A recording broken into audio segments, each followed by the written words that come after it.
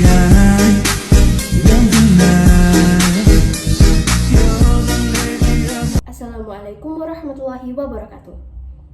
Perkenalkan, kami dari kelompok 6. Di sini saya Septia Putri Andini dan dua rekan teman saya, yaitu Ahmad Fajar Egyansyah dan juga Mirbad Amanullah. Di sini kami akan menjelaskan atau memaparkan artikel atau jurnal yang telah kami buat, yang berjudul Tinjauan Ekonomi Islam Terhadap Kebijakan Moneter yang Ada di Indonesia. Adanya krisis ekonomi pada tahun 1997 yang melanda di Indonesia telah menyebabkan penurunan drastis dalam aktivitas ekonomi dan melemahnya daya masyarakat.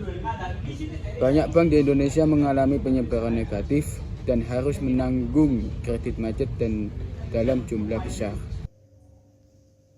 Kondisi itulah yang memicu munculnya sistem ekonomi alternatif untuk menggantikan sistem ekonomi kapitalisme dan liberal yang digunakan pada saat ini. Salah satu opsi yang muncul adalah sistem ekonomi berbasis prinsip Islam. Nah, kebijakan moneter adalah upaya untuk mengelola suatu kondisi ekonomi secara keseluruhan dengan mengendalikan sejumlah uang yang beredar di dalam suatu negara. Tujuannya yaitu untuk mencapai stabilitas harga dan juga mengatur tingkat inflasi, sambil meningkatkan output ekonomi secara seimbang. Ada dua jenis kebijakan moneter. Yang pertama, kebijakan moneter ekspansif yang bertujuan untuk meningkatkan peredaran uang untuk merespon pengangguran dan memperkuat daya beli selama resesi atau depresi ekonomi. Dan yang kedua, kebijakan moneter kontraktif yang berusaha mengurangi peredaran uang saat ekonomi terjadi inflasi. Kebijakan ini juga dikenal sebagai kebijakan uang yang ketat. Ekonomi Islam dalam bahasa Arab disebut juga dengan al-iqtisad al-islami, yang juga berarti modernisasi dan keadilan. Sedangkan menurut Abdul Mu'in Al-Jamal, ekonomi Islam adalah prinsip-prinsip ekonomi yang bersumber dari Al-Quran dan As-Sunnah. Nah, tujuan penerapan sistem ekonomi Islam dalam sebuah negara adalah untuk yang pertama, menerapkan syariat Islam dalam sistem ekonomi secara menyeluruh. Lalu, yang kedua, masyarakat muslim terbebaskan dari dominasi sistem ekonomi kapitalis barat dan juga komunitas timur, serta mengakhiri ketertinggalan ekonomi. Yang ketiga yaitu nilai-nilai Islami dihidupkan dalam aktivitas ekonomi dan moral umat, dilindungi dari materialisme, hedonisme. Yang keempat, membangun ekonomi yang memperkuat solidaritas dan persatuan negara-negara muslim berdasarkan risalah Islamiyah. Yang kelima yaitu mencapai kesejahteraan masyarakat secara umum sebagai tujuan akhir. Di dalam sudut pandang ekonomi Islam, uang tidak dianggap sebagai modal, namun uang dipandang sebagai aset publik yang dimiliki oleh seluruh masyarakat, bukan monopoli individu tertentu. Kebijakan moneter Islam yaitu berdasarkan pada prinsip-prinsip ekonomi Islam yang mendasar yang mengatur hubungan antara individu, masyarakat, dan juga kekayaan. Prinsip-prinsip tersebut adalah yang pertama, Allah adalah pemilik kekuasaan tertinggi dan Allah juga adalah pemilik yang mutlak. Yang kedua, pemimpin di bumi adalah manusia, namun bukan penguasa yang absolut. Ketiga, segala kepemilikan dan perolehan manusia adalah atas izin Allah, sehingga individu yang lebih menguntungkan memiliki tanggung jawab untuk berbagi sebagian kekayaan dengan saudara-saudaranya yang kurang beruntung. Dan yang keempat, larangan menumpuk dan menimbun kekayaan terus-menerus. Dan yang kelima, keharusan dalam memutar kekayaan.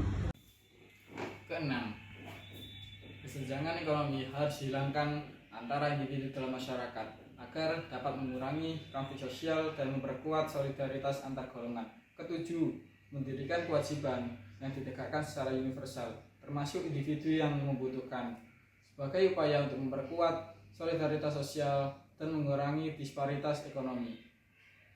Di dalam suatu ekonomi konvensional, suku bunga dimanfaatkan sebagai alat kebijakan moneter untuk mengatur sejumlah uang yang berada di dalam masyarakat. Namun di dalam Islam tidak ada penggunaan suku bunga di dalam instrumen keuangan.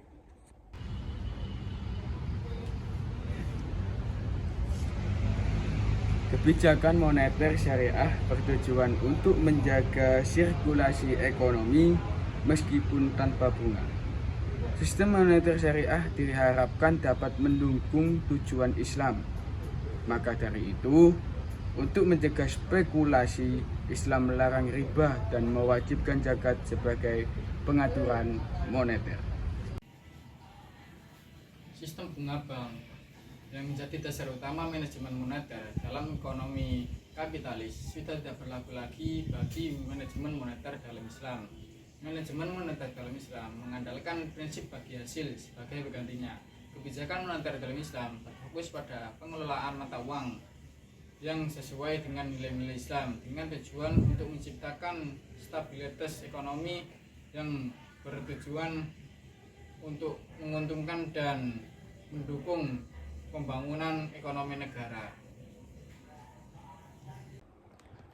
Nah, di Indonesia, penerapan instrumen kebijakan moneter Islam bertujuan untuk mencapai dan memelihara stabilitas nilai rupiah, sesuai yang tercantum pada Undang-Undang Dasar Nomor 23 Tahun 1999 tentang Bank Indonesia yang telah mengalami perubahan melalui Undang-Undang Nomor 3 Tahun 2004 dan juga Undang-Undang Nomor 6 Tahun 2009 dengan pasal 7.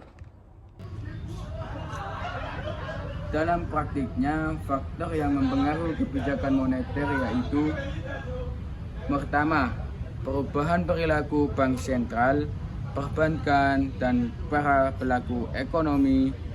Dan yang kedua, waktu yang dibutuhkan untuk mencapai target inflasi.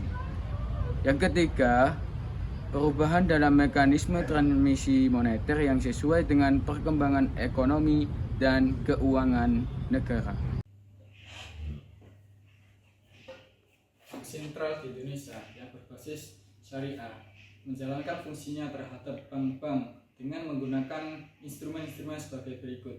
Yang pertama, giro wajib minimum, yaitu jumlah minimum simpanan dalam bentuk giro, yang mana Bank Sentral di Indonesia harus mempertahankannya. Yang kedua, sertifikat investasi mudharabah antar bank, yaitu instrumen yang dimanfaatkan oleh bank-bank syariah untuk mengelola surplus dan kekurangan dana. Yang ketiga adalah sertifikat wadiah Bank Indonesia, adalah instrumen Bank Indonesia yang dimanfaatkan oleh bank-bank syariah untuk menampung semua dana jangka pendek yang berlebihan.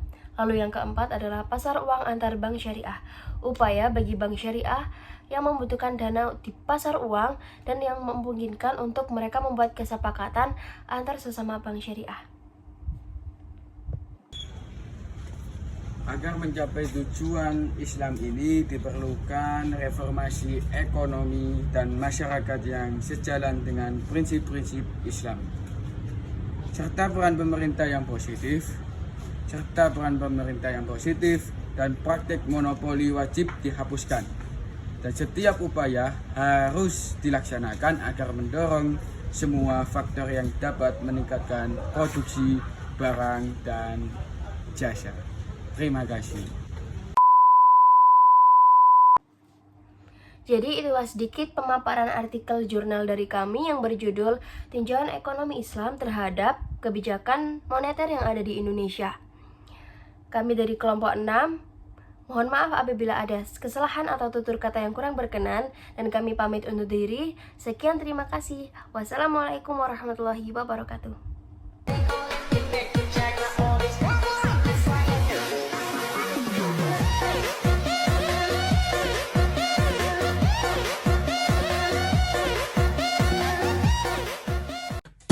Sek